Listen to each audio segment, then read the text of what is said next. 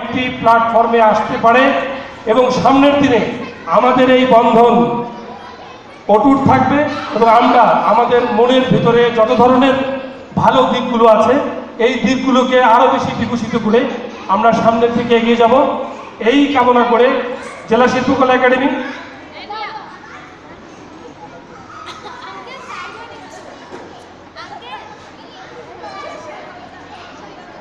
ধন্যবাদ জেলা cultural officer.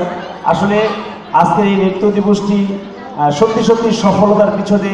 আরেকজনের হাত, যিনি আসলে এতক্ষণ মাইকে কথা বললেন, তিনি নিজের কথাটা বলতেই পারছিলেন না, কিন্তু আসলে আমরা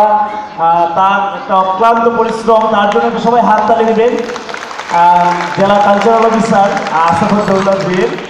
তিনি আমাদের নৃত্যশিল্পী সংস্থাকে যদি যৌথভাবে করার অনুমতি না দিতেন হয়তো আমরা এত বড় অনুষ্ঠান করতে পারতাম না। আবারও তার জন্য একটি হাততালি দিয়ে আমরা